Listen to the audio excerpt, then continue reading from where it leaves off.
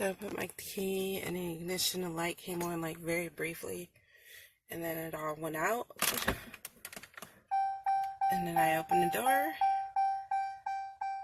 and the car is beeping. So I'm going to close my door because the key's in ignition, the car is beeping. And you see it went out again, and turn the key, and nothing. Like absolutely nothing. That red light is on the dash. And that is it.